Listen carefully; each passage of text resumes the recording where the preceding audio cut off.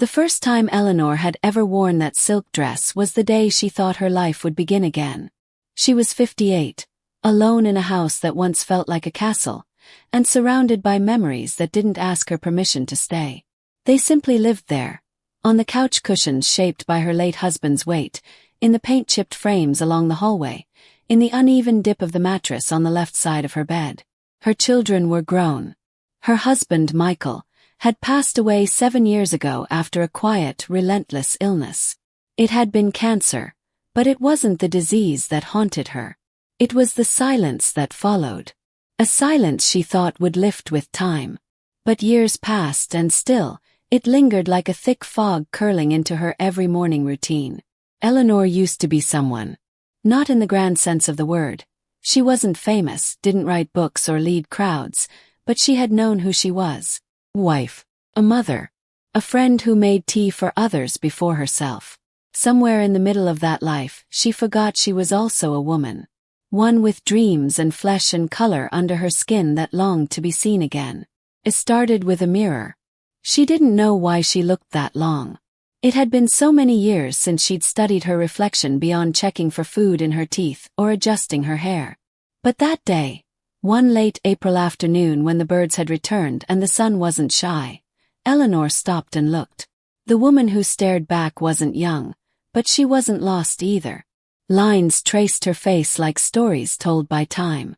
Her collarbone, faintly visible under her loose robe, reminded her of the way Michael used to press his palm there before he fell asleep. And suddenly there was a soft ache, not for the past, but for the part of her still alive beneath the dust of routine. That was when she opened the cedar chest. The dress was still there, folded between tissue paper and old lavender sachets. Deep burgundy, with a neckline she hadn't dared wear since her 30s. It had been meant for an anniversary dinner, one that never happened. Eleanor lifted it to her chest and pressed the fabric to her heart, then to her cheeks, letting it brush the places that still remembered. The next week she wore it. Not to a dinner or a date. Just because. She lit candles, cooked herself something unfamiliar. Moroccan chicken with lemon and olives, something she'd once seen in a magazine, and played Ella Fitzgerald on her old record player. Her dining room hadn't looked that alive in a decade. She sat. She laughed quietly at herself. And then she danced. Slowly, barefoot, the hem of the dress brushing her knees, she turned and swayed in the candlelight. Not for anyone else. Just to remember she could still move, still choose her own rhythm. That night became a ritual. Not every evening, but often enough that it changed something inside her. Eleanor began painting again. Nothing grand, just watercolors of her backyard and the birds that visited. She started leaving the house without guilt, walking to the cafe 2 blocks down, even striking up conversations with strangers. There was a man at the cafe who smiled at her every time she walked in. His name was Robert. He never asked personal questions, never leaned too close. Just smiled and asked how her morning had been.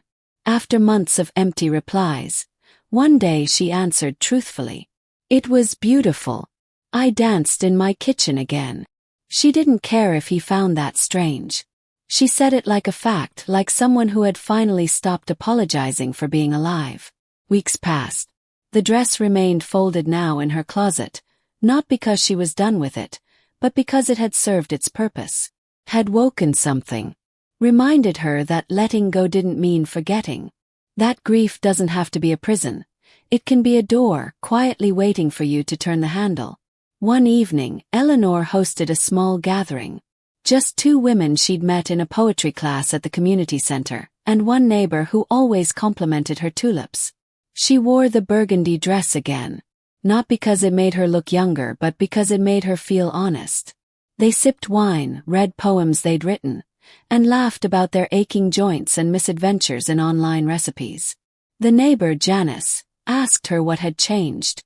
You used to be so quiet, Eleanor. She paused before answering. I think I finally stopped waiting for the silence to break. And I started breaking it myself. And they all nodded, knowing exactly what she meant. That night, as she undressed and folded the dress once again, Eleanor looked in the mirror. This time, she saw not just a woman reborn, but one who had never truly left. She had only paused, grieving. But life, patient as ever, had waited for her return.